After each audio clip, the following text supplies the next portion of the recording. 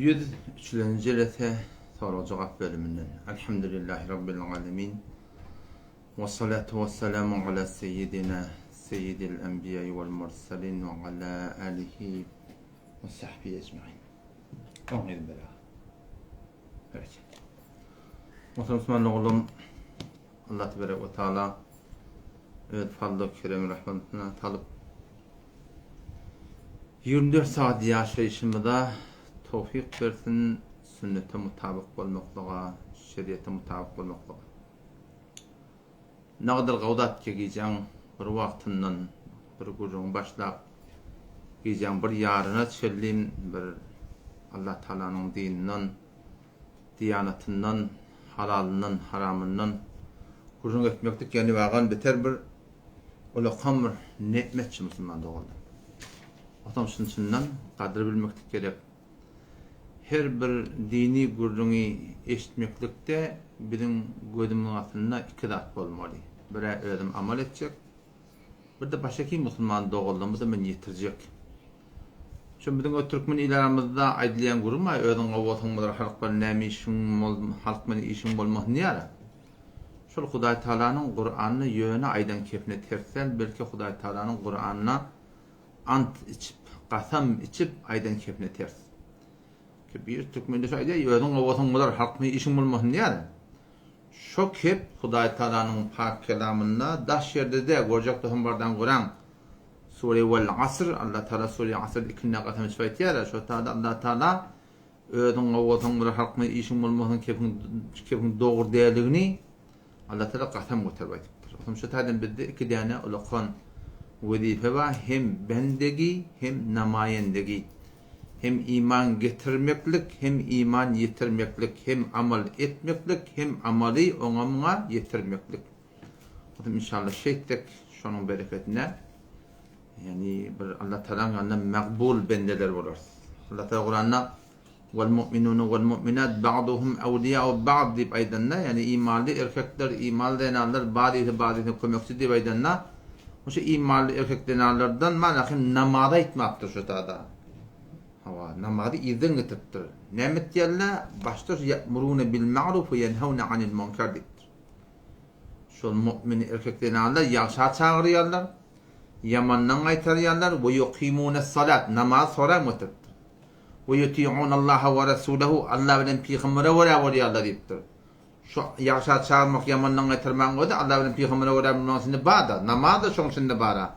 Ama şu bir cüdegene bir vazife bolurluq derekli Müslümanın anlamaklı derekli Allah tebarek ve şonu bir de ayrıca bir vazife dip bara hem şunu tavsirdir şu tarzı Müslümanlar. Şu tarzda inşallah gururlarda iki de bizim vazifemiz var. Hem iman getirmek, hem iman yitirmek, hem amal etmek, hem amal yitirmek, hem bendegi etmek, hem de dinin hakkında namayendegi. Onunla ki elinden geliyor Müslümanlar. Bana bir soru cevap ver. Bismillah.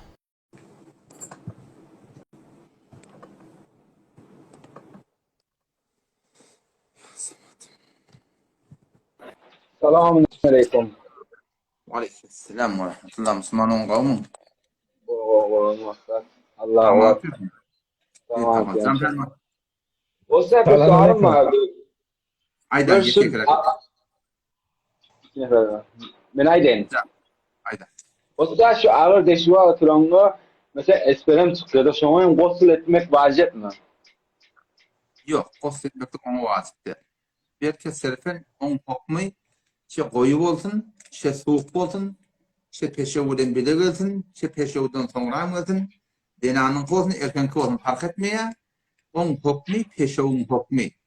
Şol bedenine degen yerinden yum olan, eğer oturmadan önce labasını değiştirmeyi, aynı peşev degen yadak şu tahtın yum olan. Yoksa da şöyle maşalsıp da bedenen degen yupta şu tuğratından namadani edame vermeli. Ha, şu müşkili yok da. Hiç müşkül yok. Bağıttı zaman oldu böyle gelip bir yaka ortam marahim, burdat marahim anırdan kayda ya.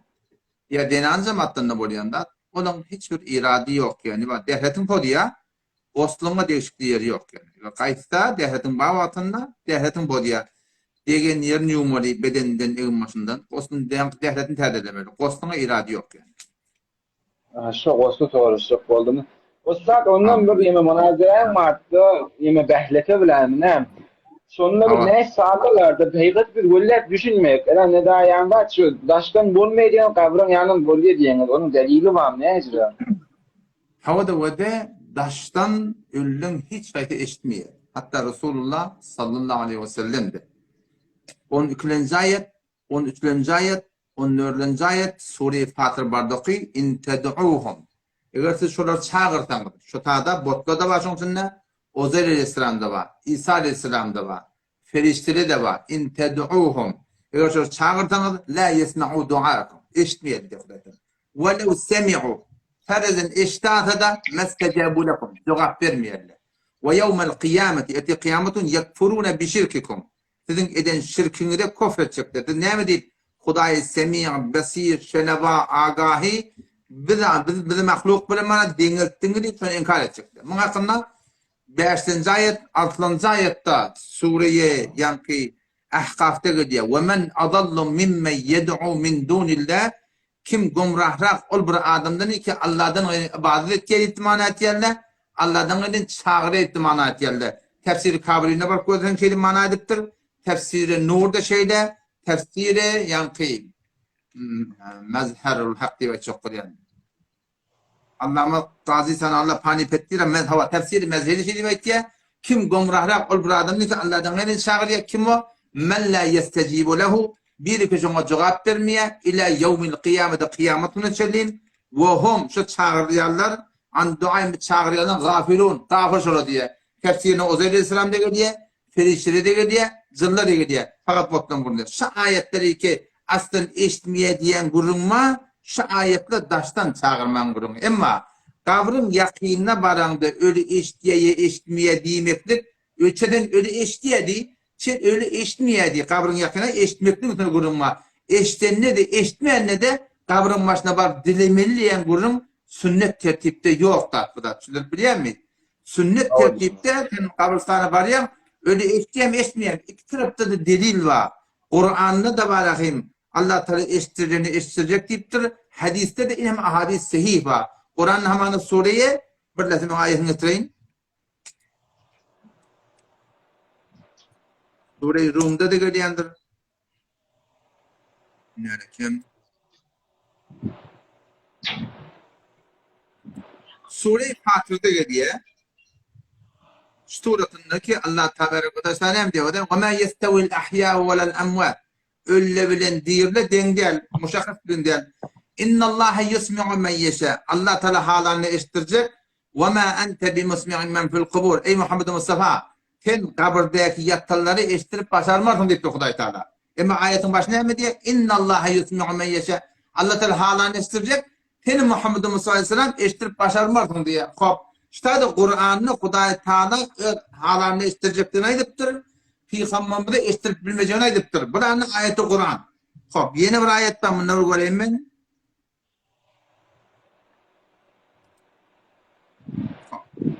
Bunu getirilmedim. Hop. Bunun işi yakşı. İnne de o taraftan ayet var. Başla. Ne kadar ahadis var. Ki Peygamber Aleyhisselam'ın mübarek hadisleri var. Kabrın başına bak salam verende eştiye diyen gurun var. O şu suratında var ahim. Tanı diyem var. Hatta şu barıp da var ziyaret ettiğini tanıya diyen adam, tanıya diyen hadis var. İn hem ahadis sahih var. Öyle eştiyeliğine. O da Sahih Bukhari'nin ödünde de hadis var şu hakkında. Ki İmam Bukhari rahmetullahi aleyhi şu tada Mücahit rahmetullahi aleyhi iştihadın ortalığı var ahim. Kullama öyle eşitmeyeldik İmam Bukhari'nin kayıl. Hop. O da bir taraftan ayet-i Kur'an Peygamber'e eşittirip başarmayan deyipti. O bir taraftan hadis eştiye deyipti. Şu ortada ulemana şu avvalın tefavut ray oluptur. Öyle eştiye diyen ne oluptur? Eşitmeye diyen ne oluptur? Senin ne? O taraf tutanında da fark eden bu tarafta tutanında fark eden yani. Yani bizim ortam yani bizim akidamız şu ayet bilen hadisin arasında Mufti Mehmet Şefii Osmani rahmetullahi aleyh Muharrul Kur'an'ın sahibi Mufti Taqi Habibullah dedi. Üçüttür. Ayet eşittir başarmazsın deyipti. Allah Teala halini eşittirecek deyipti. O tarafta hadiste eştiye deyipti. Allah Teala haytı bir adama, haytı bir vakti, haytı bir kefi, haytı bir ölevar eşittiramani şu ortadan şöyle cemle yaptırdı. Yönü o da buna bir behte fıkhi diyen yalakta bir hiç saatte öyle eştiye diyen de Hanefi mezhebinin öyle içinde öyle eştiye diyenler de var. Hanefi mezhebi var içinde ölü eşitmeye diyeler de var. İki tarafta da var. Yani hala hem de kitaptı. Şu kitap bütün Türk mezhebinin hücrelerine bağ. Ona var rahim Hulasatül Fetava diye. Haşiyetinde on kaptanın Mecmuatul Fetava var. Allah Mellek Nevi rahmetullahi aleyhi 4. cildinde 334. sefetinde 8 tane soru ortaklığa şun biri öyle işleyem eşitmeyem. Şun üstünde gurrun ödenine iki tarafta olmalı var diye. Ekser fukayı Hanefi diye eşitmeye diye. İki tarafta fukayla var diye. Ekser fukayı Hanefi eşitmeye diye. Ve şu zamanla fetva vermektik. Geçen şu an milletten öyle eşitmeye diyende onunla kavranmasında dediğim bolca oğuy falan bolca o deyip ölçülerine buradaktırı halaf sünnet etmeleri var. Şu zamanla en ki kavuti millete kullen öyle eşitmeye deyip aytmaklık deyiptir. O da böyle doğrusu mecbur oluyor. Çünkü bir bahsi ilmi oluyor. Man aytmadan bu Vehhabi şinası da o da Vehhabi oldu ayağa galiya. Aytsan da şu forumun başına var yok kurun götürüp onunla kaburdan başına dediğim olacaktır diyen bir kurun tadıyarlar. Onun göre varlar da ortada. Kullu kurun şiyane. Kavuti şu zamanla öyle eşitmeye deyip millete tebliğ etmektir. Şimdiden kavuti yok zamanla. Çünkü bahsi hissat tabi. Öyle eşitmeye diyen soğarken ne? Öyle eşitmeyen soğarken ne hissat tabi? Bahsi akideti de. Şun diyen o statistikleri eşitmeyeyim. Öyle münazarayan golleri nezdike 1 saat Ustad Merdani soruşuydu. Cevabı gelmeyen tekrar geliyor. Münazara bizim mesela karası peydah yok diye. Kanun uğradık aslında düşünmedik. Ustad Merdani 4 gelik novatında soruştu. Cevabı almadı. Başka da gitti. Kısmeti dolmanında. Gurrun sınıfına biz münazara baramızda %90 taraf dolanır deyip umudumuz yok. Biz şunu biliyoruz ki bizim Türkmen milletimiz Allah'ıma ağzı olsa aklı var, iki tane gözü var. Şu iki akılın oturup gurruna dinlesin, haydi bir cevap verip bilmeyenlerini şu milletin, akıllı milletimizin %90'sı anlayar. Ve elhamdülillah ve minnetin şu an Seyfiye Doğulu bilen bir münazara ettik. Doğuşu bir bahsi ilmiydi. Ama elhamdülillah ve minnet köp adam hattan karşı kümüştefeden şunun alıp barayan halaf sünnet tertibinden tövbe ettiler. Haliyle tenkeplesin kenalı sıramayın geç. Olyan ki hanrahın nurudi şu da kıyametin peygamberin safatı yok dedi. Biz onu oklaştık. Doğru buna kıyıkçıyık bol için daha bir vakta doğru kontrol et başaramadı. Ama köp millet düşünni. Şun aytiyen kefinin marahim şeriat orada doğru değerli. İnşallah bu da elhamdülillah kem bahit bulup anlamayan da boruya da onu da boruya da ne Yok bildiğime cevap vermeyen biri olsa ki 1 saat var doğrusu 1 saatin içinde cevabı vermedik sonundan. Yani biz şu mevzu kitabına girenle kitabı bilmekten hem şu peydah yok mu diyecek oluyordu. Allah yaranın olsun kardeşim. Başa içecek kurum mu? Yok eline alma nasıl saat mesleği şu an doğru. Selamun aleyküm. Helvan tezgah etmişti. Selam akhunaya. Selamun aleyküm. Tamam atayım mı? Xudoga shukr, armanlar o'tdi. Var bir kapal. Can Pervan. Atiyullah ve atiyur Resul. Şoma bir açıklap berden. O da Allah tebarek ve Teala ödeyen mi ettiptir. Ve atiyur Resul peygamberin deyin ettiptir. İzinna ve ulul emr deyiptir.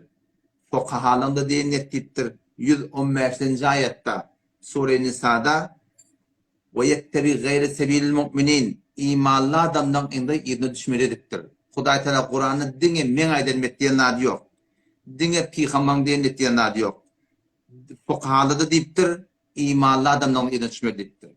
Ama Allah Teala aydın belli burada. Peygamberin aydın belli burada. Fukahalan da belli burada. Mu'minlerin yollayanı icmai mesele. Onun için 4 dağdan idini düşmektik barahim. Khas suretinde Kur'an'ı tavşırıptır. Sen ne amet çok ben hem yürek sözün bunu bileyim. Yo, ne atiyullah. Itaat koni da Allah. Doğru değil mi? Ve peygamberiş onun emrden ne halife de oluyor. Hakim şehir de oluyor. Fukahalı da Sen aşınlar olakan ahun ne oluyor. Ne arada gördüğünde var mesela bir öyle eşliğe diye, bir eşliğe diye, bir dileden oluyor diye, bir bolmuyor diye.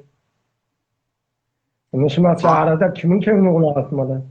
Ve de gurunsun üstüne şu Allah Teala'nın öz hak kelamının hakkında bir mesele iştihadi oluyor. İşte yani tesrih oluksuz do pehlu keple var. Yani ben öyle işitmeyen hakkında göre Allah innallâhe yusmi'u men yeşâ. Baş. Sizin ağzında yani Allah Teala do pehlu kepleptir mi? Gurunsun üstüne ve de do pehlu keplen adı yok. Huday Teala bir kepleptir. Yöne şu bir kepten iki düşüm ortağa gelipdir. Hamanı vada şen şu atpar ten hop kepleşinde mesela ahmolla da ahmolla o zaman yan qawraq anladım. Hamanı şu atpar ahim haydın gurrun ma. Hayd şeyden ve yeselunke anil mahid. Muhammed Mustafa Aleyhisselam tenin haydın tawriyanı kul huwa ada. Ayet şibir ediyetçi. Fa'tazilun nisa fil mahid. Denana hayd olan denana gören çıkın diye. Hop şu haydın hakkında hadislerde Peygamber'den eşyaf vermeklerine ayşal pakida talak vermeliye. Tohurda talak vermek hakkında ahadis mi ona tevavatırayı var. Allah Teala'nın bir kelamının hakkında Kur'an'la iki düşüm ortağa geliptir. Üç düşüm ortağa geliptir. Şimdi biliyor musun? Bir bahsi iştihadi oluptur. İki tarafa da var suratında sogap oluyor iştihadına var. Şimdi biliyor musun yani? Hava. Sözü da şu ahadiste de şeyle ahadisten de hakkında sen şu bakın vakti Peygamber mübarek hadislerini okuyanda ne kadar keple oluyor, dopehlu oluyor. Hamanı o da bir fat bizim vaktimizde de Peygamber'den öz vaktini de bolan da açıdatlar. Hamanı Peygamber Sallallahu öğri bir cemaati veriyor. Benu Kureyda Yahudilerin tayfalarına karşı bir cemaati veriyor. Şu cemaat iyi verenine şolara tavsırıptır. Hem bir cedeti tutuyor. Bir cemaat rahat diye. Rahat diyeni onun takık nefesçiliğin bir cemaata diyelim. Bir cemaat otuyorlar. Hem de Peygamberimiz bir çelik iyi veriyor. Hem de bir cedeti otuyorlar. İki kulak bir cedeti bir vakt bir mekanlar şolara deyiptir. La yusallina ahadukumul asr illa fi beni Kureyda. İkinliğiniz okuyamazsanız meğer Beni Kureyda okuyorsunuz deyiptir. Ha buraya sahabalı yola düşüyorlar. Yolla buraya kalı ikinin vakti oluyor. Ne mi deydi? Ne mi deyiptirler? İkinin vakti oldu deyiptirler. O bir cemaat dedi diye o da Peygamber ay ikinin Beni Kureyda okuyorsunuz. La yusallina ahadukumul asr. İkinin okuyamazsanız illa fi Beni Kureyda. Şu da okuyorsunuz deyipti. O bir cemaat ne etti? Peygamber doğru ayıttı. Yani Peygamber aytmaklığı qatanrak gidin diye ayttık dedi. O cemaat dedi yok dedi. Biz böyle kabul edecek. Ha böyle öyle bir kepsi. İki düşündürdüler. Ha bir cemaat ikinin okuydular. O cemaat okuymadı diye. Gittiler diye eve. Bardılar diye. Akşamdan önce bardılar. Akşam muhada okuyacak ya ola. Çünkü Peygamber şey diye diyorlar. Memuriyeti cengin inzam veriyorlar. Uğurk geliyorlar. Yardıya ihtiyarlar. Karguzari veriyorlar. O hem sahabeler bir Resulullah. Namazda şey ettik deyiptir. Peygamber sen şöyle ne mi diye. Hiç kaynadı demedi diye. İkisini de teyit ediptir. Ben şunani ki Peygamber sen öl keplerini do pehlu keple bir kep ediptir ki iki form düşüm geliptir. Bir de iki de üçte in hem hadis var. O bu taraftan ne var ahim? Huday Teala öz pak kelamının hakkında temordan bir ayetin hakkında düşümü ve iki düşüm geliptir. Bir sahabe on tut diye bir sahabe on tut diye. Şu bahsi mirasa da şeyde. Bahsi mirasa da var. İbn Mesud radıyallahu anh ile Zeyd ibn Sabit terkimi ki ilmi miras okuyuptur. İlmi mirasın hakkında bizim sahabelerimiz Kur'an'ın üstünden ahadisin üstünden maalesef şu hakkında tefavütüyle tapıyarlar. Ya bir murat bir Kur'an'ın mirasın hakkında sırahaten gelmektir. Ahadiste geliptir. Ahadiste muhtelif geliptir. Şu hakkında iştihad ediptir de biliyor musun? O zaman şu mesaillerin hakkında böyle imanı kufra repti yok. Biliyor musun? Şu dört mezhep ehli sünnet akidede bir birdat. Atiyullah ve atiyur Resul hiç müşkülümü yok. Ama bu mesaillerin hakkında iştihadi bulan oluyor ki Peygamber'den diye el-hakimu kad yeştehidu hakim adam yani müştehid adam iştihad et ya kad yokti ve yusib hata dedi ya doğru iştihad et ya müştehid adam mesela Kur'an'ı hadisi de gelip bir mesela iştihad edenle eğer doğru iştihad etse Peygamberimiz iki sokak ediptir. Yok hem de bir sokak ediptir. Yani manasana günahı yok şu meseleden. Şu an ben hemen elim iştihad koyayım mı? Elim bu tadı koyayım mı? Reful edeyim mi? Yemin etmeyeyim mi? Emin katay edeyim mi? Emin yoş edeyim mi? Şu zatlar mesail iştihadi iki tarafta da hadis var, iki tarafta var sokak alıyor. Onda sonra muhtelif olmakla kendi sebep oluyor. Hamana Hazreti Muad ibn Cebel radıyallahu anh Peygamber Kudüs'ün ölümünden önce son 6 ay önce ivertir Yemen'e. Şu vaktaki Yemen'e var ya, şu aynı Peygamber'den öğrenen namazını, dehretini, kosulunu, mesail hayzini hemen öğreniptir. Ama şu 6 ayın içinde bir yerde bir sürü mesailler bağla payım yoktur. Yani tebdil yoktur. Allah Teala neskediptir, ülkediptir. O da 6 aylık yol bana haber varmaktır. O da Peygamber'den öğrenen ne öğreniptir? Olurdu sokakta, cedid bulanlar öğrenildi. Bunlar şoförün sokakta. Şu da atlar sebep yoktur ümmet İslam'da muhtelif olmaklığa. Etiyullah, etiyur Resul. Şu vakti madem 4 mezhep. Şu 4 mezhebin içinde bir murat yok ki şolun Huday bilen Peygamber'den hükmü yok olsun. Dediği yok olsun. Çünkü bilemek yani. Hemmeti Huday bilen Peygamber'e var. Ahunada Peygamber dünyadan gidenle Hazreti Ömer'in vaktinde bir hoşluk salih oldu. Hop. Ne diyen naş ölümden dilemek bolsa peygamber öyle bir ulukan adam da neme. Ha şeyde. Hazreti Ömer barakan şondan dilerdi. Yalakan peygamberin emusundan dilemer aşam o dirim oğudu. Doğru vurundur. Şu tada Hazreti Şehadis Abbas radıyallahu anh. havayı patlas. Şehadis doğru değil mi? Sahih Buhari'de geliyor. Doğru mu? Ama da doğruca vurur. Da doğruca. Ne diye dilemeyaptır doğru olsa diyen ne? Mesela neşe ahulun aytın oranda. Şurada yanlışlar. Ahuna kadar ki üller çağırmalık ketip şulan aytyan Kur'an'ı da ter, hadisi de ter, bizim mezhebimizdeki Kur'an hadisten çıkarttılar. Şoňa da ter kardeş. Bu doğru değil. Ohan bir aya var şehidan nezdema ruzi mi Kur'an diye. Valla erbiyetine öyle ama mani düşüyor ona. Ha men ayetin selim aydıp vereyim. Galiben Ohan 59. ayet. Hava. Böyle şunu bir açıklap versen. O bazıları şuna da manor veriyor da ha diyer diye da üllü diye da. hava. İnalekem Sure-i Al-Imran 100 İnalekem 69 169'da وَلَا تَحْسَبَنَّ الَّذ۪ينَ قُتِلُوا ف۪ي سَب۪يلِ اللّٰهِ اَمْوَاتًا Onları ki Allah'ın yolunu öldürülüler, yani şehit buldular da, onları siz öldürüp gümen etmeyen, çok zamanla kafirlan, kıyameti etikatları yokmuştuk, öldü gitti diyemiştik, bel ahya'un ki şöyle diri yönünür de, aynda Rabbihim yurzakun, Rablarının yanına rızkı yerli, yani cennette diye bayttığı. Olan diriliğine kurun yok, şehidan, zenden, Allahu Ekber, hemişe bama'an Allahu Ekber, bu da orada, şehidan, zenden, Allahu Ekber kurun yok. Ama Hudayi Teala cennetinde ola. Ondan istirahaten Meşkat'ın hadisine geliyor. İbn Mesud radıyallahu anh hadisi ki vakti ki şuhadayı cengi Uhud şehit boluyorlar. Şuhadalarda bir tane bir derece var. Belki umum Müslümanlar alem barzakta cenneti gödep yasalar da şehitlerin ruhu dost doğrusu cennete giriyorlar diye biliyor musun? Dost doğrusu cennete giriyorlar diye. Onun için cennete seyredip ruhu aynen kirpiyel. Onun bola birin yağımızı da diğerlerine kurun yok. Yöne cenneti ödep. Cennette seyredip aynen kirpiyeller. Inde Rabbihim götürüyor. Bel ahya'un diriyeni de inde Rabbihim cennette diye bayttık. Şu tane doğru şimdi. Yani şuna aytken bazıları şimdi misal vuruyor da. Şimdi ha. Yanlış aytken Başla. Ya. Vallahi bu ne deyin ağırmasın. Böyle karı Alamat bak. Başla. Dört mezhebin hakkında akide bir furuatta Peygamber Efendimiz'in öz vaktinde de tevabdır edemiş. Bir etiyullah etiyor Resul'e ters saat der yani. Şunu düşünmeli. Yok etiyorlar. Allah Teala dişler de ayrıptır diyenler. Ne var? Şumatçeli ihtilafi zatının üstünde Kur'an'ın hükmü bağdan hemen. Ölün zatı demeli. Hayti bir zat eğer Kur'an'ın sırahaten gelemete ihtilafi olmalı. Her kim ihtilaf et gidip bir şumatında şu barakın doğru ilmi yok ihtilaf et diye. Biz sema muhtaç. Yani şumatçı ölülü hele hiç zat elinden gelmeye, zat etmeye, işitmeye, kıyamete çelliği olsa işitmeye, o tamam da yani hatmi kelam şu. Hatmi kelam ellerine hissat gelmeye hiç gurun yok. Daştan eşitmeyenin hiç gurun yok. Ol kabrın yakınlar kurun o da yan kaydanım. Eşitmeye diyemde, eşitmeye diyemde hissatta de. Akide de de. Muşkil yok. Kur'an'ı serahaten ayrıptır da şimdi bir ihtilaf olmak gerekiyor ki. İhtilaf yok. Şu ihtilaf da ötket baba. Ayten var ihtilaf da şey. Tefavut-ı nezer diyeceğim ama biliyor musun? Bu kaptadım nezer bu kaptadım. İkisi de tutamı irat yok. Hoşuma tefavut-ı nezer kullun biçerit ki milleti. Şöyle şeyde valla. Aslında Kur'an sünnetteki işgal yok ki. Dört mezhepteki muşkil yok ki.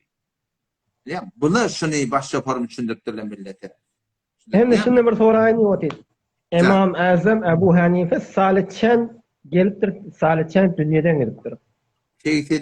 yıl dünyaya geliyor. 80 Hicri kameri. 150. yıl dünyadan geliptir. Hayrul kurunun adamı. Ohum.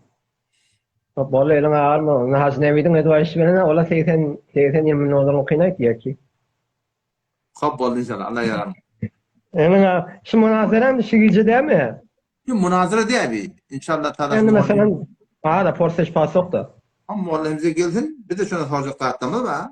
Şuna onun veren sözleri var bir de biliyor musun? Zarf meyyarda çünkü ne dahi ama düşündürecek deydi. Onun için bir soracak dağıttım da ben dedim. Ki bu milletin Etmen çağına, getir. bu milletin çağına kalak diye baytı ya, o da edep, ihtiram nedir? Soracak dağıttım ben mesela oradan, biliyor musun? Soracak dağıttım. İnşallah belki gelsinler. Bolya gelsin inşallah. Bolya Allah yaramaz. Bolya Selamet olsun.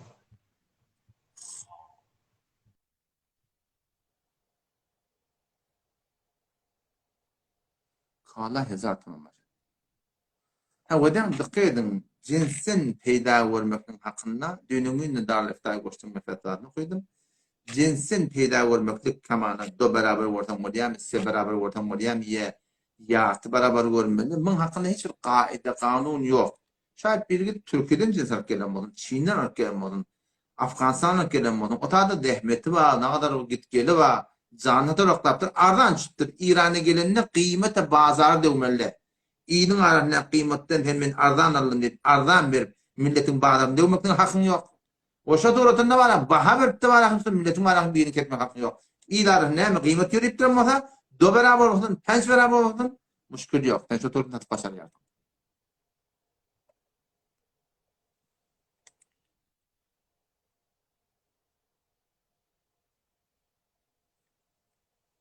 Bir tane de Müslüman doğum bir daha soraktır. Ki şu at dedim Türkmen ilaramızda mirasın hakkında beter kemşirkayet yerler. Ayarlı oğulları burhan yüze kaldırıyorlar. Etin radyo olada falan da. Halen ki o da adamın mali ayarlı onun musun, doğsun musun, yüze kaldırıp şunu mengileş, şunun alsan şu halal olmuyor Müslüman doğum. Ama sen şu gelsen bana, ama Allah'ın şu oğlum doğum başını bana bertene deyip doğru esas tutam.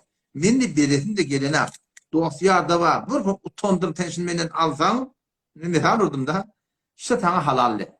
Bitti bir nefs, men yürekten şuna halal oldu. Ama ayarlı onun mirasını ten manasının sorusunda doğru paylamanı, bir kep kaktırıp, bilmeyen, ini gurrun öden şolup, yengten tümürdüp, yüz vermeyen kişi olup, ayarlı onun mecbur ettiyen men geçtim diye, Allah bilen kadam, şu mal sana halal diye. Haramcık. Om haram alın mı hava? Sen adam 5 saat namazda 5 saat 50 vakti sen namaz okuyaga. Millet bir haca ettiyen, sen 52 lira haca edin. Hiç zaten kavulum yapar. O zaman şimdi ne menay demek o da? 11. ayet, 12. ayet, 13. ayet, 14. ayet Sure-i Nisa'nın barda okuy. Allah tebarek ve teala olur ki şu mirasın izni türde Hudaý Teala aydan kefi, Hudaý bilen Peygamberin nafermani etdiýärler, hemiji ki cay cehennem dipdir. Logmağa beter haberdar olmaly, ayallığının her nevi hakkını ip. Her fark etmiyor. Her türlü her memleketin hakkını ip de malın haram koşsan, okuyan namazdan peyda yok, giden hazından peyda yok. Kati haberdar olmalı. Göreyli.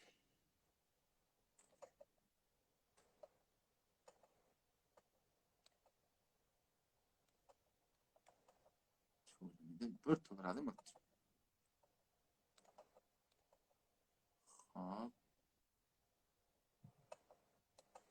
Bismillah.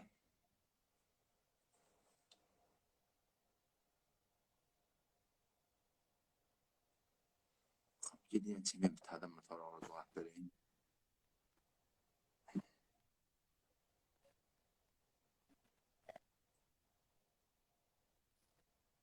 Selamun aleyküm Ustad. Ve aleykümselam. Sağ ol. Ustad sen yarışma okan qovda mı onda? Qavmet halam. Armandan vaxtı. Bağlı. Cam Müslüman oğlum. Bir iki tane mevzu var men şuna hiç qolmay so'radim yo'qdi. Can. Öten akşam bir live qo'ydilar diyenle öten akşam ondan orada ağay Hamza Tumaç bir estiri qo'yibdir. Bir karakla diptir baribdir sana haber getirin diptir. Eşliyor musun? Hava. Bir şimdi yüz versen gereken sen münazara edecek diye. Hem ne hanat bolsa sana etsadım. Hava. Öten akşam da ağında ne mi dediler. Ondan sonra o tadı ağayın muallimetini sahne. Türkmen Sehra diye eştin diye. Bulun alıp barayın yolu kullen diye eğri beyle. Merdim onu. Hava. Öyle akla mentakam öyle Musa sahne diye sen şunu falan sakla. Başka yer ben zaten işim olmam diye. Bir şey tevhid bir dünya girip de tevhid de dünyadan gider. Ecemiz atamız hem de şu yapalım dedik. Bize teslim Türkmen Sehra diye. Böyle infat başarıyım öğrene sen teslim tutmanı. başka kişiden teslim başarmıyor ki. Doğru. Aa, öten Allah. adam şunu ayrı oturuyorsun. Türkmenlere kulak atın neyemedin? Sen hiç kime teslim başarmadın. Bizim ne acır ahulumuz geçip gidip de kelimelerde ahun yana ahun, kompetin ahun yana ahullu. Yahamatsan yani tahadan fakire de geçip dünyadan geçip de şu anda sürüyor o yerli. Yani ya yerli şu an. Otan hızara çıkma ondan. İnşallah İyi Hudaý ölüm Taala yüzünü burada yazmalım ki. Türkmen ille kän gabuly goýupdy Hudaý Taala köp şükür. Bizim milletimiziň hakynda men ýagynym ma. Eger bizim milletimiz dogry düşündirse, dogry düşün berilse, dogry maglumat berilse, bu tarapdan ulamanyň ihlasy ahlaky bolsa, bir millet din üçin jan berjek, şu Türkmen milleti berjek. Men şeňe imanym bar. Odan bir musulman O dogurlamanyň sadece tevhid için zan verir. O sen arkada onun hıyarında rahat bolsun. Eşleyen mi? Salamat. O fikret benim Salamat. ne noktası tevhidlenmedi. Allah Taala cenneti yoldaş ettin. Salamat bolun. Ondan sonra yatsa yanına ağırladın. Alamet insanların o öyle bakan sen demesin öyle bakan. Kummetten aşağı baka yukarı baka hiç sahip başarmazsın. Yo inşallah bolacak iş olmaz. Sen rahat bol. Bolýar. Gözüňe dedim. Salamat bolun. Taňa ýaksan. Böyle o saat böyle. Cezakumullah. Assalamu alaikum. Hayrat edin. Eger şi Türkmen ilaretinde bir cebi ijat bolsa diýende hop bir kynandak bolsa ahym bolan ihlaf düşüli. Hop nagd etmeli iradi ýok. Her kim öz wezifesi bar, bilýän hakynda ähmet çekmek. Bir de ahym oturuşmaly, hal etmeli hop bolmanlyk. Hop agatyn nagd etjek diýämi edip ihtiram taklamaly. Hatta şu ahym molda taklamasyn baba. Bizden millet adından edip ihtiram öğrenmeli. Ama şu Müslüman doğrulama edip baryan tertibi beter yanlış. Bundan beter yanlış kimin kişiden usatlarının. O şu herkes bir mollaksa baryanlı el verdi de kol verdi oturuştu hop ağa. Şular sizin şagirdleriniz. Şu bir edebiler dağıtlar hem de şu usatların adını yadırıyor. Ama kıynasak da usatlar da şunun evine geçen aklı. Şuna heyran. Ağan heyran. Şu anda topik başınızlara. Hop. Baraydı sorulara vaktimi değil. Canibi gurunu bir hak etmeli.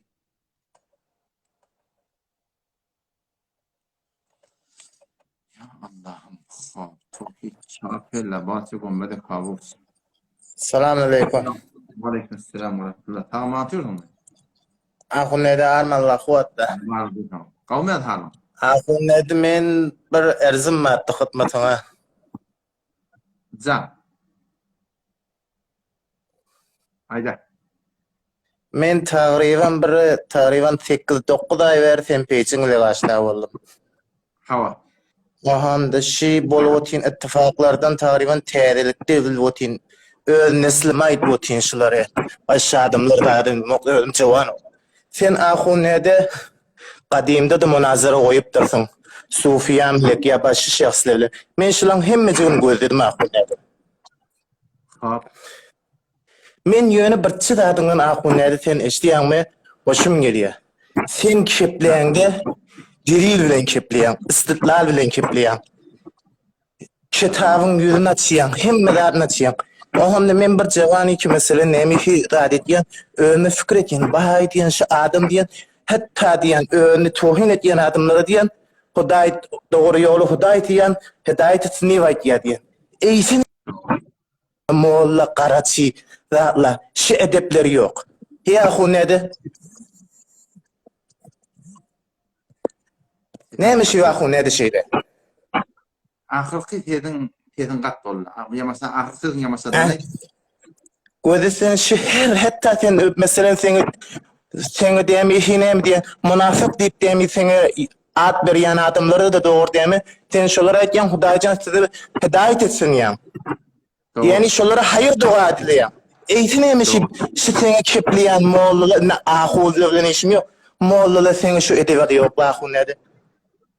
Megi inki o deme hatta peygamberimiň aýagyndan kaffat qıl şuranna peygamberjan şolara hayır dua etdir. Eýsine şunu edine o bahunede.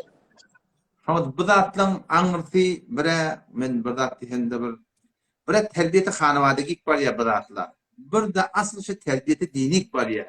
Bir de ustadlarymyzdan, zatlarymyzdan öwrenen ahlagynda bar ýa.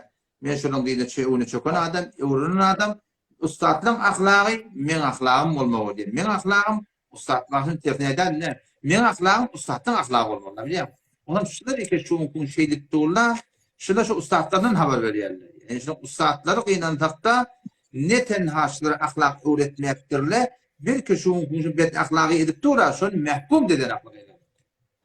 Allah hidayet etsin. Hem de bir gurrun wa ahun nede bağışlarsın jady berten aytsa. Hayda hacı. Ahun nede men türkmençe dil men 18 kilas ders okuydum ahun nede. 18 kilas ders okuydum. Ahun nede inne Hudaýa şükür inne bilwotin jamada näme gedwotin näme dadet wotin. Sen faqat bir çıdat dileýän. Agajan ýan gelin diýen kipli şeýle aramyzdakini hele diýilýän. Men şu wagtlam şu başy seňe munafyk diýen adamlaryň adym tutjak. Şolardan isleýän agajan sen baraň okda şolay kiýala amanullah ýolma biziň ýanymyza gelen okdiýalar. Siz gelin amanullah ahonyň ýolmagyň üstüne on näne dubimlik gelsinle sen öýüne gelsinle şolar. Doğru doğru diye ahun ed. Men gözü şu hemme yerdeki amanullah ahun işleten gözü men ahun ed aydutina işleten pejin gatetiyan doğru diye mi? Ola gelýärler munazaratyn başlaýar, laýbyn başlaýar. Şola agajan hemme adama aýtýarlar amanullah ahun ýolma gaçyk Ferrari, hof Ferrari diýme. Siz gelin däsine. Seň de öýüň gapsy açykdyr ki gelin şu adam Ferrari otur siz gelin üstüne. Gözüme deyin baldayım, salamat bol. İnşallah yok. Gözüme deyin. Salamat bol. Tanrı yalkan. Allah'dan gayet. Bolýar. Selamun aleyküm. Selamun aleyküm. Assalamu alaikum. Wa aleyküm selam. Tamam. Sağ olun. Alhamdulillah. Kodam ustad. Armallah var. Qawmadın. Xudoga şükür ustad. Jamper var. Gerçi request berdim, qabul bolmady ehtimalen. Şuluk bolmaly başyňyz. Diýsen şol hawa. Ustad, bir soragym bardy-da. Hawa sen adyň näme? Şonu aýtmaň ha? Ben Mustafa. Ha boldy. O birini çykarjak bolýan, çykybilmän o birini. Tamam. Musawajan gawmyň. Elhamdülillah ustad. Çok. Hawa soraň aýtýar. Xudoga şükür elhamdülillah. Ustad, bu komite emdat bilen behzisti bir seri wamlary bar hop. Hawa. Wamy meselem mesken ya iştigallikden berýärler. Onu da wamy mesken. Mesela 150 milyon wam berýärler. Bak karmozy çar derset diýipdi. Ondan sonra wamy alan sonra işin biten sonra 60 milyon ya 70 milyon belavez berýärler ýetdi. Ondan sonra men şunu birdiýdim ki çon meblagy wamyň neslinden kendilerini belavez berýärler. Şu diýdi wam diýdi muşkul ýok azzaşary. Şu dogry ustad? Ve bunu başta popülerlik iş var. Tamamına ortada 200 milyon manahim pul bilen mal var. Bilmeyen mana falanca ton demir, falanca modar timan, falanca modar yeni burada. Bir modarda pul gelýäli näme diýen? Aga demir falanca mesale burada yönece mehcani yöne pulu hamanı falanca desip çekýär diye bilýär. Şolun şeýitlikleri ýalňyş. Şola gelýäli pulun desip çekjek halal bilen haram garyp berýärler. Şu doğurdu. Ne etmeli? Demir eden akla. Yoksa bir kep bilen halal bolýar da. Halal bilen haramany Hudaý Taala ýakynja edip goýupdyr. Hamany wada bir kep bilen halal bolýar. Şu bir de diýär ha, ýa-da demir falan şu mesele berýär. Şunga baglyna 10 ýyla bir de 180 milyon berin diýdi. Dersekden de gurun etmedi, zatdan da gurun etmedi. Şu jere otaşyn kepide ýok gurun diýär. Şoň wada Hazreti Belan radıyallahu anhu Peygamber Hudaý Taala hurmat ketdir. Bir qabr çana hurmat ketdir diýär da. On Peygamber Hudaý Taala soruyor. Hurmat ne yazardın ya Belal? Onu ya Resulullah 2 çanak pis hurma verdim. Bir çanak qaw hurmallym. Peygamber Hudaý Taala huwa aynur riba. Doğru riba ölçü diptir. Doğru haram bula diýdi. Onu yarsan men näme dedim? Onu akit diptir. Gitti 2 çanak hurmany sat, şoň pulny hurmallypdyr. Maňa odak bir gurrun ma bilýärmi? Odam gynan hakda şu etýäni şey, şula halal we haram garyp durlar, dogry de. Barın gurrun edin aga falan hep aýtman, kep bilen oýnaýar bu zatda bilýärmi? Bir kep bilen aýatyna halal bolýar, bir kep bilen aýatyna haram bolýar. Soň bar gurrun etmen aga bir de şuhratny berdi diýip aýtmak şoň. Rahkat. Mufti sahab, bu tarafın döwlet bolýardy. Döwletinden gefiňi aýyp bolmaýdy. Başname gelipdir diýe falan gelipdir, bir kanunumyz şu diýe. Başname huru hindiler şoň. Dogry däl, bolmaýdy. Bolýar. Bizim hepelere bolmasa dogry däl. Bolýar saçma sorajaktym sağ bolsa. Bol inşallah. Ağam sen gawmyň? Bolýar. Salam aleykum. Tamam atıyorsun. Selamünaleyküm. Aynen dedi gawmyň. Afiyetler olsun. Elhamdülillah. Tamam atıyorsun. Elhamdülillah. Kavdam da oldum. Elhamdülillah gawmyň. Can ağam işim olmy? Ahun nerede? Sizin Ha. peşinden dumbal etken. Yöne Ha. İşten kalma ayıklayan rahatlam. Maktumul İşan'ın açının içerisine oluyor. Ne oluyor şimdi? Maktumul İşan'da alim adam hevara öl vaktinde varam. Şumatı seni de öl ulamalı öten ölüm de şahsı ölüm de hevara nimen kâşan. Pes nedir oluyor ol? Adam atadan tutuyor te atadına gelen sonra sığınıyor. Yeni bir yerde ayıklayan Sahılar ihsan için, şehitlerin kanı için, cumbendeler can için ya, cumbendeler can için günahım kudeş değil diye. Pesten ayıttım benimle, mahtumulu muşluk oluyor ki, cumbendeler can için ya. Ağamcan, tezini hola avudana düşünmedim yani Mahtumul Şahir rahmetullahi aleyhin şiirlerine nime kulak atadın. Mahtumul Şahir rahmetullahi aleyhin şiirlerine köp şiirler koşuluptur. Mahtumul Şahir'in ödayda ne diye, münne men aydamak. Bir ulukun şahir baştada şol adi adım ismiyandım. Mihman bul kümüştefe geliptir. Ştada alaqile var. Ştada var emin alaqin dedeti var. Şu hacı alaqin önüne gelenine şu şahir Türkmenden ol yankımın Nasır Sufi ditti olsun var kümmette. Şun adım bir kitapta ayttı bana yadının çıktı. Türkmen ilaratında Mahtumul Şınas, Mahtumul'in şiirini tanıyan ulamalı var. Qaratçılar var, dağıtlar var. Odam şol kümüştefe gediyor bir taraf. Emin alaqin dedetinin yanına. Hacı alaqin yanına gediyor. Şonda şu kitabı eline alıp 120 tane qoşqin xat çekti diye şeyde bu Mahtumul'un qide, bu Mahtumul'un qide, bu Mahtumul'un qide deyip. Halalaka Muratturdu Qadi. Muratturdu Qadi hükümette şu Hudaýyň bennetde Benim adımda ben okuyan kitabım Muratturdu Qadi'nin yalan kitabı. Hop. Kulak atın ne? Muratturdu Qadi näme dipdir? Muhammed deyip bari karşı yerdiler diye 60 attı ol geliyor Muhammed Peygamber Mahtumul'un yanına. Bu da yalan mı? Biraz aydın o da tezin avdan gelmeye. Muratturdu Qadi näme diye? Muratturdu Qadi hak şu Sabir'in töhbeti yaman diýmeýänler adamatı dünya gelinne bardır diye mi? Onu ben kabul etmeyen. Onu ben kabul etmeyen. Furğun yani koşusunu var ama Mahtumul'un 80 ölümler. Ama. Ondan berdi o da. Ondan berdi. Eğer tevessül edilen olsa evliyaların hürmetine, peygamberlerin hürmetine, şehitlerin hürmetine mınna irat yok. Ama şu ölüler çağıran yeri var ha. Şu ölülerin çağıran yeri şu bizim fıkhımıda cur gelmeye, Hanefi mezhebinde cur gelmeye, İmam Adam'da cur gelmeye. O da biz tadı ne mi diyme oluyor? Mahtumul'un ödününki de oşuptırla, ona dil yetirmeye. İhtiramı kenara koyuyor, öd Hanefi mezhebini üymür biz tadı. Şimdi bileyim. Tesirin avdan gel, tesirin geldi ki bana. Senin avdan gel. Mahtumul'un kitabı hatta diye bir yerde Muhammed'e inen kelamı vardım diye. Tamam Evliya Allah'ın adını istiyor. Gören Evliya Allah'ın. Mahtumul'un kitabı hürmeti Kur'an'dan sabit. Kur'an'dan sabit. Ağamcan, o da Mahtumul'un ayeten ki var da bir gece yetkirdin tüyünün yarınına 4 atlı gelip turgulluydular. Haber mubatına fırsat cahilina. Şol yerde erler barlar görgüllüydüler. Kulum peygamberdadır görüptür. Ben o makamına, menziletine hiç inkarımız yok. Yöne bir düzgün maçladı o da düzgün şey. Peygamberimiz deyiptir. Men Resulullah'dan size ummatımı bir kep etse, alakının peygamberin aytti deyip kabul etme deyiptir. Fa'ridu hala kitabillah. Meni peygamberin kepinle Kur'an'ı arz edin. Eğer Kur'an'ı muvafık etse kabul edin, yoksam reddedin deyiptir. O ne mi deyip? Şu peygamber de Huday'da terk etmeyecek ki yok. Yalandan peygamber etti diyenler oluptur. Yalandan peygambere kep nispet veriyenler oluptur. Vakti ki peygamberime de vakti kep nispet verilip yalandan bana hadis dörediptirler.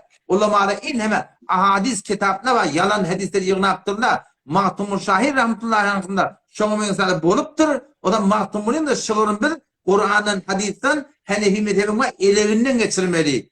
Elekten geçse hak şu. Geçmeyemi. Mun mahtumuna aýtmapdyr diýetdir. Mahtumuna aydan kefte ona töhmet de urmayat. Muna lahan kenarda koyat. Bu koşulun diýip aýtdy. Tertip şeydi. Yo, şu turgunlayan koşulları mahtumulun varan öz lemifinden oğlanında biri öz lütfüz mahtumulun varan evvel tarihinde nemet berresi ediyor.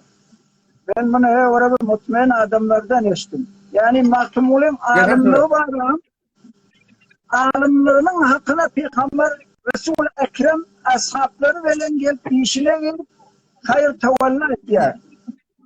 Bilyen. Hemmenden haberim var. Men mahtumun yanında su yani Farsi yal okuyan. Ya bilemek yani men mahtumun köpten köp okuydum. Yani ağam o da düzgün maaşlardı. Men aytdım o da vakti ki peygamberi bir kere yalandan ediptirler. Mahtumun da hasan şeyler mümkün. Bizim diyanatımız Mahtumun Şahir'in kitabından ne? Mahtumun Şahir'in kitabı şığır. Öyle derecesi var, makamı var, menzileti var. Göze sürme. Yani Kur'an'dan koyun dedi. Hadisten koyun dedi. Hanefi mezhepten koyun dedi. Şol düzgüne girip de elekten geçmede ona kabul edip olmuyor ağamca. Elekten geçirili, elekten geçirili.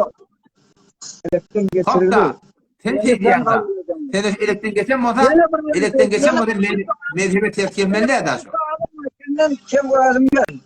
Şaşırtanla bana bertaraf et. Ben bir keyfim vardım.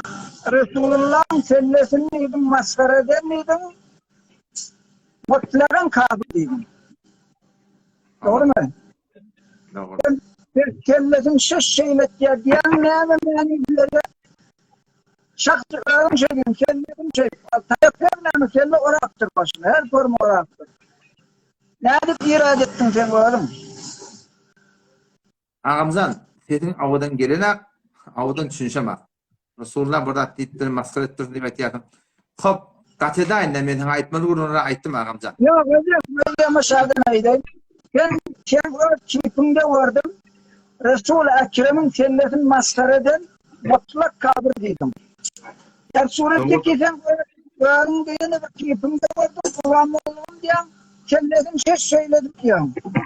Resul-i Ekrem'in kellesi taşı ses söyle de varsa ses söyle de varsa kellesinde de her neyim olsa da. Ağamcan bağışla düşünmedim aytyan. Ben ormaya varıp zaten ortalım. Ben düşünsünlüğe vuruyorum. Yolunu doğrula. Merdini detbaht ettim. Türkmen sarağını bin çare ettim ben. Şeyde. Hop gödep vermedi ağamcan. Gödep vermedi. Doğru ki vaydilerini düşünsünlüğe vuruyorum. Gödep verme ağamcan. Buraya mı? Vaktini sarf etme, internetin sarf etme. O şeyden düşünsün oraya. Şöyle ki gomrah otturur, şöyle gödep. Buraya mı?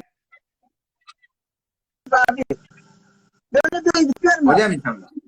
Sen doğru olsan o Allah adamdan yaranma. kavulmardın. O adamdan kavulmardın. Bol inşallah bol. Öyle hoş. Allah yaranma. Allah yardım olsun. Bol. Bulağımda tevcüğün tevdi. Avadan tevini eşilmez ki yani. Tesfana. Avadan bir tehdit gelmedi Kur'an'a. Biliyor musun? Yokum yürek boşat geldi, bana gelip. Boşatalım. Men kanun peygamberin kanundan koydu. Sizin tevini veren men kılım da kıyımlarına. Men ödün yetmeni verdim haberim var. Halanınız. Allah tanrısı mahvettir. Men tatlısı mahvet. Selamun aleyküm. İtirazı kolum olmadı. Bir gelecek kolyamlar. Aleyküm selam. Han olan kavmum. Oldur Hudaý tapda gynmat me gawulum taata wazla. Yaşsın ma. Kavmi adam. Selamun aleyküm. Aleyküm selam. İnim kavmum aldı. Ama ahunlar mı? Zam Pervan. Tel Ayda. Sen akşamdan men karşamdan men Beyin Nabi Halil'in mehninin gawatyrdyna laýbyna özmette girdim be Sema Mowtan hakkında. Aga be birine delil getirdi be Hazreti İbrahim'in mesela dastanına 4 tane kuşu ala öldürüp nimeden Hudaý Taala diýe de mesela hatun çağırşyla geler. Muny getiriyor. Eýleo beýleo aga peygamberler diýri kabryna näme? Menim bu peygamber kabryna diýri bolsa Hazreti Emir o zayrın mesela peygamber da ölenle mesela bilmeli de şu mesela ağa sondan soralanna hasan önünün ağa ya düğünliptir ya burunliptir ya kunliptir de derhalike ses sarbaldır mesela sana ölen eğer bilyen olsa. Ondan sonra neme geldi la metin sahne geldi live'ına onu ağam dedim ben sana düşündüreyim dedim ben onun için ben sen aklına soradım. Onun ben dedim ne mi deyip münazara etmeye alışılabilen ben dedim ağa onunla dedim münazaranın yerine dedim nağdı elmi ver otur dedi. Nağdı elmiye men düşmeyen ki ama adam. Ses sağlam mesela nağdı bozuk düşmeye. Ne mi deyip ağa mesela Lokman'ı şeyle ilgilenirle aylak getirip imen Lokman. Ağa yarı internet harc etmeli, ağa yiğderini, ağa kemalini dinlemeli, ağa ne mi diyene ağa o bir hadis getirse hadis atan kabul olmasa. Ağa gelip rahatça mesela bu dünya internet bunu servetlerini bu nağd bolunyan zadi 2 saatte hal oluyor da şey. Gelip oturuşmalı. Onu sen git iyilerin dinle, iyilerin niye gepine düşmesen niye onunla diye nakıl diye mesela niye münazara düşüyor diye. Ne mi deyip ben düşmeyin. Ağa iki taraf kepleşi oturuyor, bir taraf bağışlı ya, ağı iyi olsa, yani ben düşüyorum o taraf kim getirdi? Ondan senki hak. Mesela niye ağa Kemal'in hak mesela. Ondan ben dedim ağa ne mi deyip şu münazara haram oldu ben dedim haram elan etti. Ondan şuat birin live'ına barda, şuat dinle oturandı. Ağa dedi, ahun neme, aman Allah'ı yolma dedi, bağışlaş oldu. Münazara dedi, ay o deşteğin nimesinde ziyafetinde de fikredin münazara çağırttır dedi. Deşteğin nimesinde münazara çağırını okmenin. Penci kordatta dedi gelmendir dedi. Ben dedim penci kordat efendim bıkıvat yok. Son için dedim münazaranı haram elam ettirler. Öyle böyle amanullah bilen meşhur bolğun näme şugur falan şey dedi. Hala menim her kim hak bola şonla meşhur bolup meşhur ýoğaň menim. Onun ýaky jekan ala ösen akşam beden metin sanan nimesinin näme biri geldi. Aga dedi siz oturuşun münazara edin. Görüyorsun aga men kim merde münazara bolsam ya bu haşiye gidi ay sen onun tarafından geldin mi bana söwdün ay bilmeyen ona bana söwlen okşal oldun sen ona söwlen men ay qynandan falan tefre gidiyeledi. Belahara münazara edecekten näl bola. Ama diyeceğim onun Allah Teala seyretsin. Allah. Ne oldu inşallah ay onun hayır Türk mesela bir darga aparıyor bir zira bulanıp durada. Bulanmasa durulmaz deyiptir. Bulanmasa durulmaz deyiptir. Aslında köp durulanı da inşallah bundan ne kavdurlanır. Hidayet Allah Teala'nın elinde. Men elinden gelýände men niyetime habardar bolmaly, ahlagıma habardar bolmaly. Şu wagtda şuň başyna gelmeýänkende haýty bir suhanlany millete umum bermeýänkende ikirkat namaz okuyup dua edip gelýän ya Allah meni alym ýok alym sen dedi. Mene niyetine öňe habarma. Hadir Allah Teala etjek şodur. Men elimden gelýän etjek galan Hudaý Teala dogrular inşallah. İnşallah. O da şahir bir münazara bolsa bu qowda mesela bu oturuşda bu nagdy elmi bilen ona mesela bir ahun düşüyor. Bir anda meni am düşmeýär ki mesela o nagda mesela eger gije günü dinle otursam. Bu maslahaty kimen şol amaýly berdim ha. Bulan niyetleri başça bolar. Hop bolla agam görüňe delen sonra hazırlap Bariya. Allahu akbar. Assalamu alaykum. Aleyküm selam. Inim gawma. Akune gawma. Ganima. Tamam.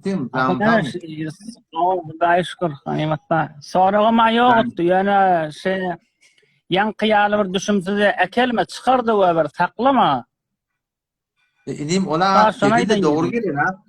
Sen mi? Siz doğru gelen, doğru gelen düşürdü we bir ekelme. O zaman Kullan sonramda etiraz ne etýärler. Evet. Sizi de doğru gelene Ankara'da sevmeyen durdu biliyorum. Onu sevmeyeni de meydan vermiyor. Öyle koy sevsin de ne mi demin ne mi? Ya çıkardı we bir aslında gerek gelen. Kullan internet mesrefet bolla. Elçe. Bolla bolya. Bu denim gözüme denim. Çesmin inşallah. Ağam sen kavmun. Sağma atıyorsun mu? Yaşım hala var. Yarla. Yani. Allah. Ahunay selamünaleyküm. Aleykümselam. Sağma atıyorsun. Allah'a şükür. İşim oldu. Ahunağa bir böyle yankı bir dostundan aytmağını öyle aga dira kumandiliya binem oluyordun. Havada öyle ayan, dire, gümenliyenleri iki mana çıkıp basarıya. Ketabi gurun diye bir. İki mana çıkıyor. Çünkü Türkmen'de bir nakıl var. Şu Türkmen'deki naklı biz doğrultmuyoruz. Öyle ayan, yani şu öyle o dünya ayan, cennet, cehennem, kabr hem biraz görünüp du. Biz henüz var bu tadı geçti. Bir de bir nispet gümen imanımız var. Yönü olara ayan mutlu diye baktı. Bir manası. O bir mana öyle ayan yani bizim bolup bir şimizi işte namaz arada dehret bir namazi bir dehreti günahkarçılığı ferişteler o ölülere haber veriyor diye. O da bizim bolup bir şimizi öyle ayan oluyor diyeni şu manada var. O şey. Sağ ol. Akunaga bir Müslümanı tahrip etmek ne hilka? Yankı kardeşimiz yani beme bakıp oturan yanına bir ulamanın yani plan diye oturuyor. Bakmasın nasıl layba? Sesin oradan gelmedi ağam. Bir ulamalar tahrip deyip bir düşündüm sesin oradan gelmedi. Sesin var ya mı? Oradan dikkat edin Müslümanlık olamada. Ulamalar tahrip etmeklik hiç vakti doğru değil. Elbette o da hak bilen batılın davatı olanına edep bilen, ihtiram bilen, bolluğuna göre kavatte beter batıyalı tümkü ettiye bizim de uğrum sarsın yarışırlar. Bolluğundan edep ihtiram bilen aydıp duran kevinin yanılmasını aytma göre. Yani bir ihtirami etmeliler, bir edebi etmeliler. Pelvan tetmişçiyen kaptaldan. Tetmişçiyen mi? Tetmişçiyen mi?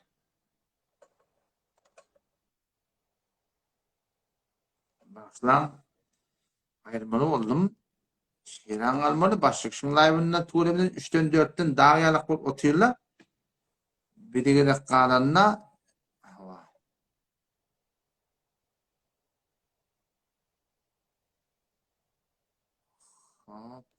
yanka narahat bulunken tuğremedi. Yok kardeş Ebabil menşergirinde. Ebabil'in önünden amana göre. Aytiyama kulak atmıyordu. Ha. Cevap Berk geldi. Orayı kim geldi diye. Ağay Niyaz Muhammed'e Pilten. Orayın. Ha. Tabi Yakup ya da orayı. Yakup kim olsa? Orayı Müslüman'da olan ayet geliyor. Selamun Aleyküm. Selamun Aleyküm akına. Aleyküm selam. Sana mı atıyordun? Şükür Kudaya korkma. Davul basın. Elhamdülillah. Selamat ol. Canım. Canları yakalım. Akına ben arada da layığına koşulduk ve Tehran'dan vuruyorsun. Yerden kovuyor. Kaç etti? Bizim oğullarımızın bir aşperhanada işleyre Tehran'da. Nerede? Doğru mu? Aşperhanada işleyre diyene gaza bisriyle, nahar bisriyle. Kap. Ondan sonra buna kızgın tuğu giyce yere döküyorlar şu yankı kefşurada da bununla zın var diye şu kefşurda diye bu zereri nafile şu adama şu iştah böreleri nahil diyor. Kızgın tuğ döküllerine Bismillah deyip döktüldü. Hiç zararı olmaz. Biz bir kadın kızgın tuğu diyene başağı da yalan tara yalan. Fark etmiyor. Şimdi dökecek olanına Bismillah dedi.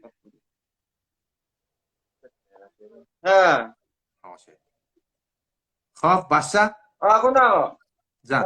Men yine bir sorağım vardı. Bundan soracak sorağımı oğlu bir Hacı Recep Madağ'ın Hanefi'den biri soruda radyo grubuna men ovadan düşünemem. Eğer sonu bir açıklayıp versen ben sonu düşünecek. Ayet gören bileyim mi? 5 eşek yük. 5 bölük yük ya 5 eşek yük. Şunu şu ummatın arasında paylaşıptır diye. Şu paylaşan yüklen neyme görüptük mi? Yalan mı? Kim paylaşıptır? Hayır şahsiyetle paylaşıptır. Soları bir bilsen eğer bana bir ayıp versen. Hacı Recep Madağ'ın ayıttı onu. Men yine doğrusu zihnimde yok. 5-10 yıl oldum aydanı. Yok doğrusu bilemek. Başla oraya. Vakt tökönni men huruze uğrayın yamaşın yerine gelemez. Sen soran bilemek mi? Gören dadım da eşten dadım da. Huday yani yalkaza cennete gittik. ondan sonra Hudaý Tagalaň elmidam görüp durmalymy ya bir görüp soň görmeli dämi? Wagtyn görjek inşallah.